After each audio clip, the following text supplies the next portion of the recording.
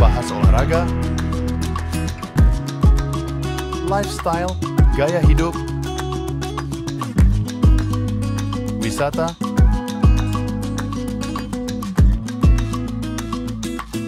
budaya,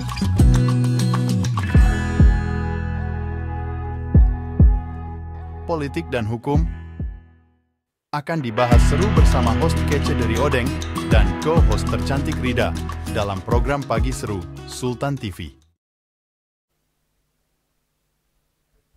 Kembali lagi pemirsa di Pagi Seru, ulas berita no kaku-kaku. Wah ya, ini kita melihat bahwa saat ini juga ramai. Banyak banget nih euforia semangat untuk menyaksikan pertandingan dari Olimpiade Paris 2024.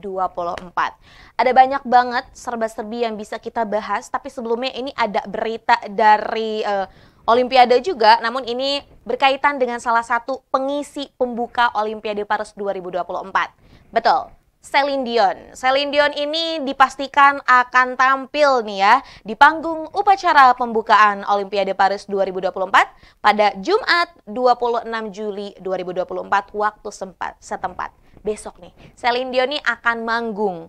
Dan Celine Dion ini sudah tiba di Paris sejak Senin 23 Juli 2024. Dari sumber TMZ menyebut Celine Dion sudah siap untuk tampil di panggung besok nanti.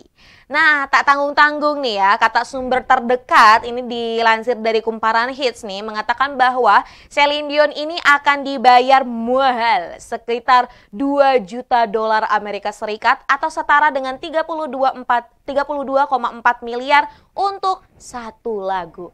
Wah, sekaya apa itu Celine Dion sampai satu lagu dibayar 32,4 miliar pemirsa.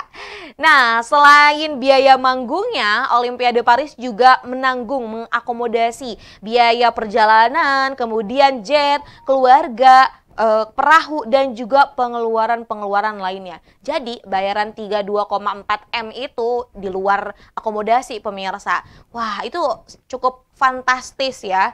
Dan ini juga pembukaan Olimpiade Paris ini menandai penampilan pertama legenda pop tersebut setelah menghentikan jadwal turnya. Karena kemarin sempat ramai bahwa Celine Dion ini pelantun tembang My Heart Will Go On ini yang wah ini sangat fantastik ya. Dan sampai sekarang ini masih memorable gitu kan, entah itu filmnya, entah itu lagunya yang memang dibawakan oleh Celine Dion.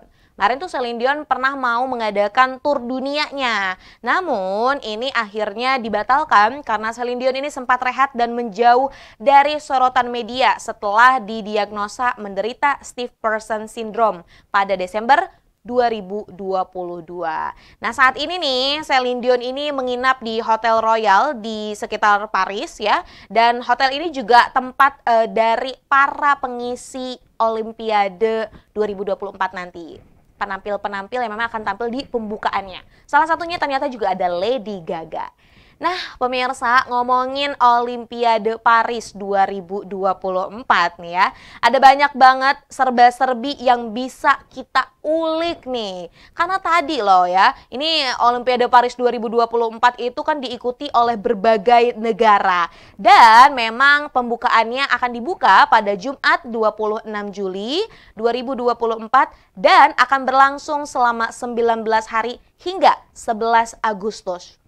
Tentunya di Olimpiade Paris ini nih akan menyatukan sekitar dari 10.500 atlet dari 206 negara dan juga ada 32 cabang olahraga. Nah, kalau kita ulik nih pemirsa ya, kita akan bahas serba-serbi apa aja sih.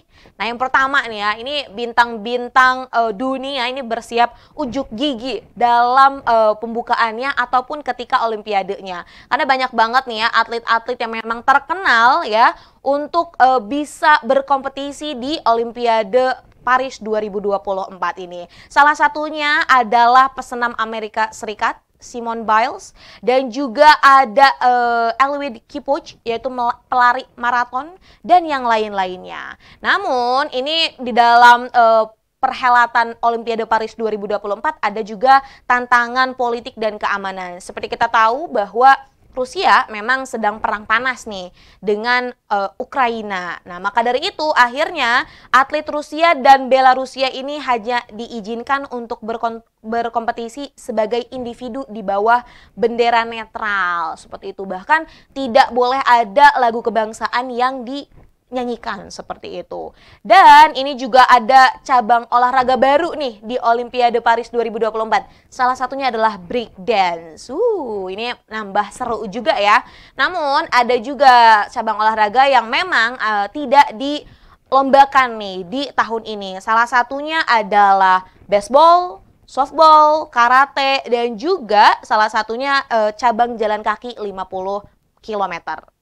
Nah, dari Olimpiade Paris 2024, tentunya ya ini Paris bakal kedatangan berbagai turis seperti itu, pengunjung dari berbagai dunia, berbagai belahan dunia yang akan datang menonton. Wah, tentunya ini juga Paris sudah bersiap ya untuk menampung manusia-manusia yang memang sangat excited menyaksikan Olimpiade Paris 2024 ini. Nah, kalau kita lihat tadi juga ya bahwa ini kan sekitar ada 10.500 atlet yang ada di Olimpiade Paris ini. Ini hebatnya gitu ya, mereka juga akan dikumpulkan dalam satu tempat, maksudnya dalam satu desa yang memang itu khusus atlet-atlet saja. Bahkan pemirsa ya, ini ada sekitar 9.000 atlet yang memang sudah tinggal di desa dan kan makan ya biasanya. Nah, makan-makannya ini prasmanannya panjangnya 350 meter. Nah loh, undangan mana yang sepanjang itu? Dan tentunya 350 meter juga kan sesuai ya dengan para manusia yang memang menghadiri Olimpiade tersebut. Ada banyak banget serba-serbi dari Olimpiade Paris 2024. Tentunya kita akan mengikuti berbagai berita nih dari hari Jumat hingga tanggal 19 Agustus nanti mengenai Olimpiade Paris 2024. Nah, pemirsa, dari Olimpiade Paris 2024 kita akan geser nih. Kita masuk lagi ke dalam negeri, kita bahas mengenai salah satunya juga ini ada seleksi calon pimpinan Komisi Pemberantasan Korupsi.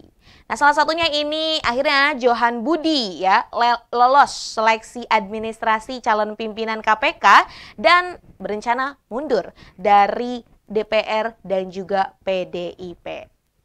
Dilansir dari Tempo.com nih pemirsa, Panitia Seleksi Komisi Pemberantasan Korupsi atau Pansel KPK mengumumkan hasil seleksi administrasi calon pimpinan dan juga calon pengawas lembaga anti rasuah periode tahun 2024 sampai 2029. Ketua Panitia Seleksi KPK Yusuf Ateh mengatakan jumlah perdaftarnya ini masing-masing calon pimpinan hingga kini sebanyak 318 orang dan calon Dewan Pengawas ini sebanyak 207 orang. Di antara nama-nama calon pimpinan yang lolos ini ada salah satunya Johan Budi ini ya. Ya, kita tahu bahwa memang Johan Budi juga sempat aktif ya di KPK, entah itu menjadi juru bicara KPK dan sempat juga mengisi posisi lainnya di KPK. Namun pada tahun 2016 nih ya, Johan Budi ini diminta oleh Presiden Jokowi untuk menduduki posisinya sebagai staf sus presiden seperti itu. Dan akhirnya sekarang juga menjabat sebagai di DPR, kemudian berkecimpung di partai politik PDIP Perjuangan.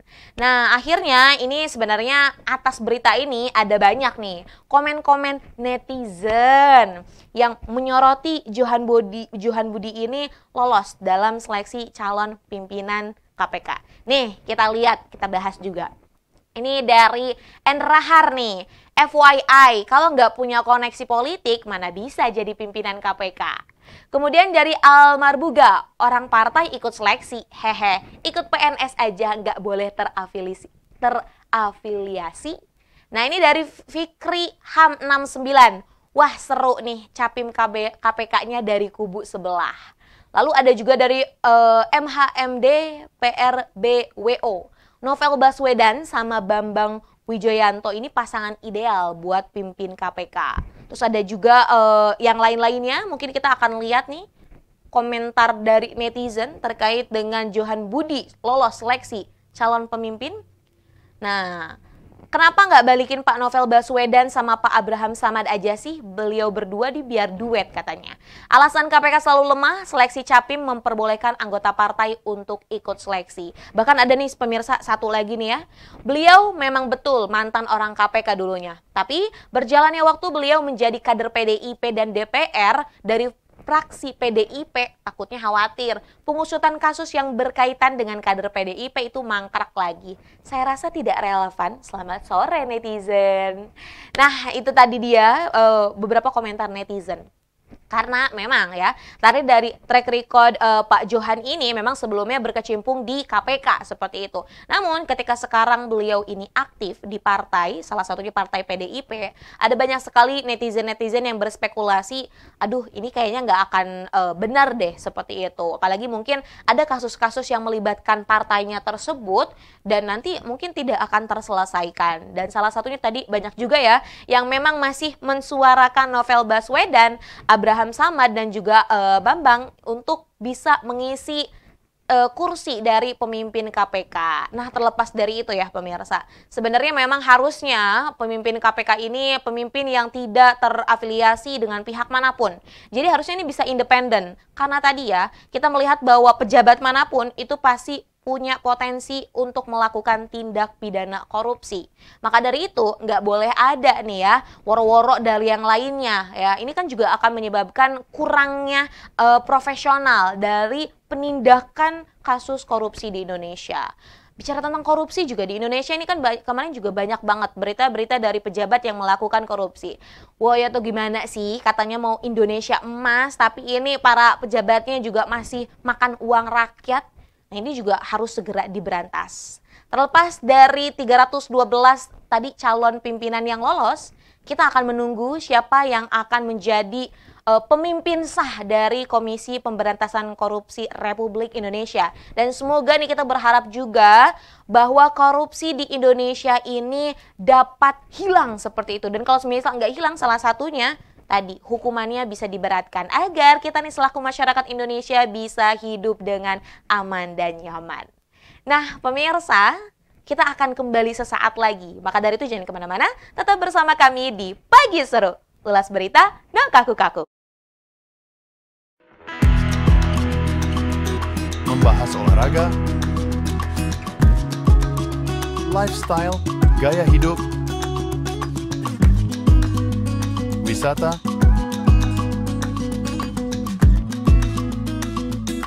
budaya,